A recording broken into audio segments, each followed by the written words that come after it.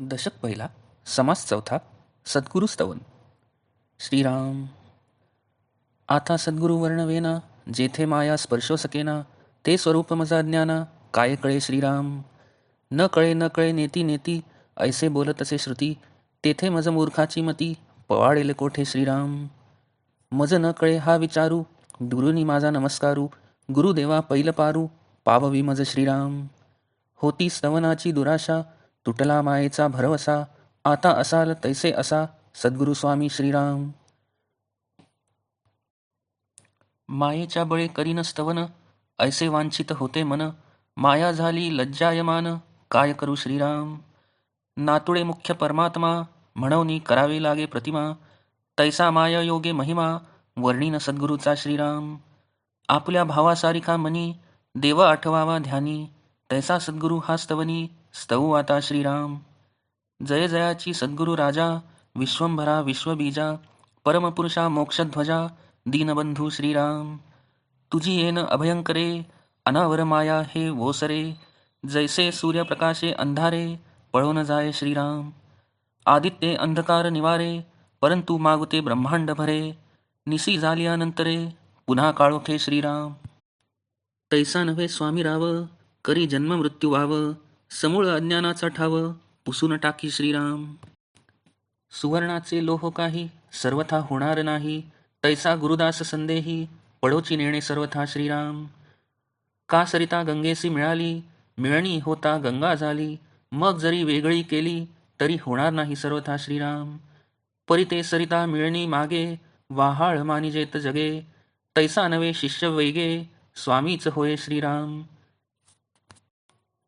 परिसा आपणा ऐसे करिना, सुवर्णे लोहो पालटेना, उपदेश करी बहुत जना, अंकित सद्गुरूचा श्रीराम. शिष्यास गुरुत्व प्राप्त होये, सुवर्ण सुवर्ण करिता नये, म्हणून उपमान साहे, सद्गुरुसी परिसाची श्रीराम. उपमे द्यावा सागर, तरी तो अत्यंतची क्षार, अथवा म्हणो क्षीरसागर, तरी तो नासेल कल्पांती श्रीराम. उपमे द्यावा जरी मेरू, तरी तो जड पाषाण कठोरू, तैसा नव्हे की सद्गुरू, कोमळ दिनाचा श्रीराम. उपमे म्हणो गगन, तरी गगना परिसते निर्गुण, या कारणे दृष्टांतहीन, सद्गुरुस गगनाचा श्रीराम. धीरपणे उपमू जगती, तरी हेही खचेल कल्पांती, म्हणून धीरत्वास दृष्टांती, हीण वसुंधरा श्रीराम. आता उपमावा गबस्ती, तरी गबस्तीचा प्रकाश किती, शास्त्रे मर्यादा बोलती, सद्गुरु अमर्याद श्रीराम. म्हणून उपमे उणा दिनकर, सद्गुरु ज्ञानप्रकाश थोर, आता उपमावा फणीवर, तरी तोही भारवाही श्रीराम. आता उपमा द्यावे जळ, तरी ते काळांतरी आटेल सकळ, सद्गुरु रूपते निश्चळ, जाणार नाही श्रीराम. सद्गुरुसी उपमावे अमृत, तरी अमर धरिती मृत्यपंथ, सद्गुरु कृपा यथार्थ, अमर करी श्रीराम. सद्गुरुसी म्हणावे कल्पतरू, तरी हा कल्पनेतीत विचारू, कल्पवृक्षाच्या अंगीकारू, कोण करी श्रीराम. चिंता मात्र नाही मनी, कोण पुसे चिंतामणी, कामधेनूची दुभणी, निकामासी न लगती श्रीराम. सद्गुरु म्हणो लक्ष्मीवंत, तरी ते लक्ष्मी नाशिवंत, ज्याचे द्वारी असे तिष्ठत, मोक्षलक्ष्मी श्रीराम. स्वर्गलोक इंद्र संपती, हे काळांतरी विटंबती, सद्गुरु कृपेची प्राप्ती, काळांतरी चळेना श्रीराम. हरिहर ब्रह्मादिक, नाश पावती सकळीक, सर्वदा अविनाश एक, सद्गुरुपद श्रीराम. तयासी उपमा काय द्यावी, नाशिवंत सृष्टी आघवी, पंचभूतिक उठा ठेवी, न चले तेथे श्रीराम. म्हणून सद्गुरु वर्णवेना, हेगे हेची माझी वर्णना, अंतरस्थितीच्या खुणा, अंतर्निष्ठ जाणती श्रीराम. इति श्रीदासबोधे गुरुशिष्य संवादे सद्गुरु स्तवन नाम समास चौथा समाप्त.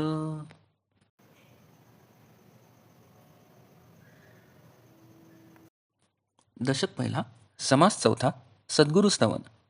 श्रीराम. मला सद्गुरूंचे स्तवन करावे अशी इच्छा तर आहे, पण ज्यांच्यापर्यंत माया पोहोचू शकत नाही, अशा त्या स्वरूपाचे आकलन माझ्यासारख्या अज्ञानी जीवास कसे होणार, म्हणून सद्गुरूंचे वर्णन करताच येत नाही असे म्हणावे लागत आहे. श्रुती ही आत्मविद्येची जननी असून ती सुद्धा नेती नेती मला कळत नाही असे ज्याच्याविषयी म्हणते, त्या स्वरूपाचे वर्णन करण्यास माझ्यासारख्या मूर्खाची बुद्धी कशी समर्थ असेल. तुमचे वर्णन कसे करावे हेच मला कळत नसल्याने मी तुम्हाला दुरूनच नमस्कार करून प्रार्थना करतो की हे गुरुदेवा, मला पैलतीरास न्या.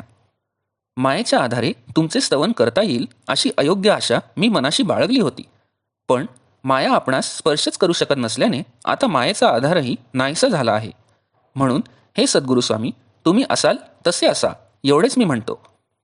मायेच्या सहाय्याने आपले स्तवन करावे अशी इच्छा माझ्या मनात होती. पण मायाच लाजून बाजूला सरल्यावर मी तरी काय करू?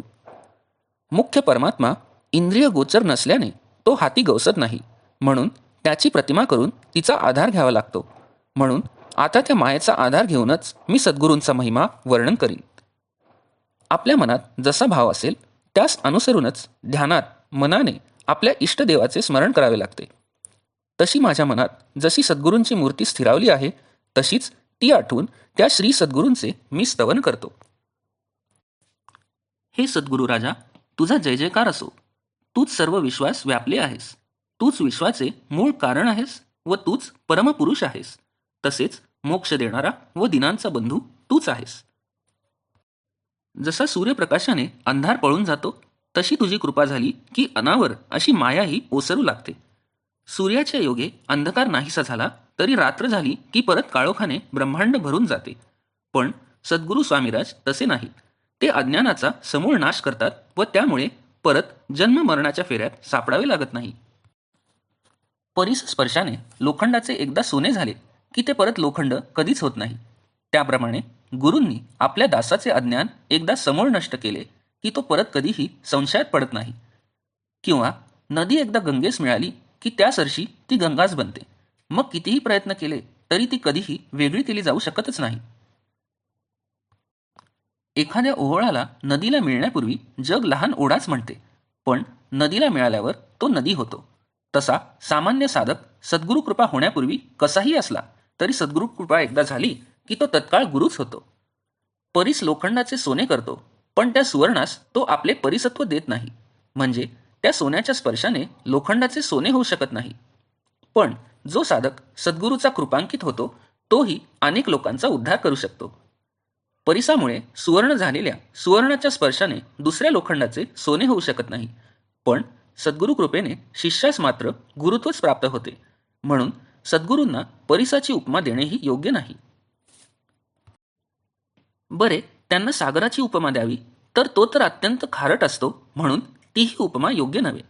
अथवा क्षीरसागराची उपमा द्यावी तर कल्पांती क्षीरसागरही नष्ट होतो, म्हणून तीही उपमा देता येत नाही. सद्गुरूंना मेरू पर्वताची उपमा द्यावी तर मेरू पर्वत जड पाषाणाचा व कठोर आणि सद्गुरू तर दीन शरणागताविषयी अत्यंत कोमल अंतःकरणाचे असतात, म्हणून तीही उपमा देता येत नाही. बरे, सद्गुरूंना गगनाची उपमा द्यावी तर त्यांचे रूप गगनाच्याही पलीकडचे निर्गुण आहे, म्हणून गगनाची उपमा सुद्धा हीन ठरते. धैर्यशील म्हणून पृथ्वीची उपमा द्यावी तर कल्पांती पृथ्वीही खचून जाईल, म्हणून तिची उपमाही अयोग्य ठरते. सद्गुरू परमप्रकाशरूप म्हणून सूर्याची उपमा द्यावी तर त्यालाही मर्यादा आहे. पण सद्गुरूंचे सामर्थ्य अमर्याद आहे. ते नित्य परमप्रकाशरूपच आहेत. सद्गुरूंचा प्रकाश चिरंतन टिकणारा असल्याने त्याला सूर्याची उपमा देताच येत नाही. बरे, शेषाची उपमा द्यावी तर त्याने स्वतःच पृथ्वीचा भार आपल्या मस्तकावर वाहिला आहे. परंतु श्रीगुरू शिष्याचा संसार भार दूर करतात, म्हणून तीही उपमा देता येत नाही. आता जीवनदायी व कोमल म्हणून जलाची उपमा द्यावी तर कालांतराने पाणीही आटून जाते. शिवाय ते चंचल असते. पण सद्गुरू स्वरूप निश्चल असून त्याचा नाश कधीच होत नाही. त्यांना अमृताची उपमा द्यावी तर सदैव अमृतपान करणारे देवही मृत्यूच्या कचाट्यातून सुटत नाही. पण एकदा सद्गुरूंची कृपा झाली की शिष्य मात्र अमर होतो, म्हणून ही उपमाही देता येत नाही. सद्गुरूला कल्पतरूची उपमाही देता येत नाही, कारण तो जे मागावे तेवढेच व तेही कल्पनेतील पदार्थच देतो. पण सद्गुरू कल्पनेच्या पलीकडील मोक्ष देतात. मग कल्पतरूचा अंगीकार कोण करील बरे? सद्गुरूंना चिंतामणीची उपमाही देता येत नाही, कारण ते शिष्याच्या मनात कुठलीही चिंता सुरू देत नाहीत. त्यांच्या कृपेने शिष्य निष्काम झालेला असतो. मग निष्काम झालेल्या पुरुषास कामधेनूची प्रसन्नता वा पाना यांची आवश्यकताच उरत नाही. म्हणून चिंतामणी व कामधेनू यांच्याही उपमा सद्गुरूंना देता येत नाहीत. सद्गुरूंना लक्ष्मीवंत म्हणावे तर तेही योग्य नव्हे, कारण लक्ष्मी चंचल असते, नाशिवंत असते. पण सद्गुरूंच्या दारी तर साक्षात मोक्षलक्ष्मी त्यांच्या कृपाकटाक्षाची आशा धरून तिष्ठत असते. म्हणून ही उपमाही देता येत नाही. स्वर्गलोक, इंद्रपद या सर्व गोष्टी नश्वर असून कालांतराने नाश पावतात. पण सद्गुरूची कृपा एकदा झाली की ती कधीही नाश पावत नाही. ब्रह्मा, विष्णू, शिव आदी सर्व देव हे कालांतराने नाश पावतात. एक सद्गुरुपदच असे आहे की ते अविनाशी आहे. फार काय सांगावे, ही सर्व सृष्टीच पंचमहाभूतांची असून नाशिवंत आहे. फक्त सद्गुरूंचे स्वरूपच शाश्वत अविनाशी आहे. तेव्हा त्याची उठाठेव करण्यातही काही अर्थ नाही. तेव्हा सद्गुरूंच्या रूपाचे वर्णन करता येण्यासारखे नाही, हेच माझे वर्णन आहे. जे अंतरीच्या खुणा जाणणारे असतात त्यांनाच त्यांचे खरे स्वरूप कळते.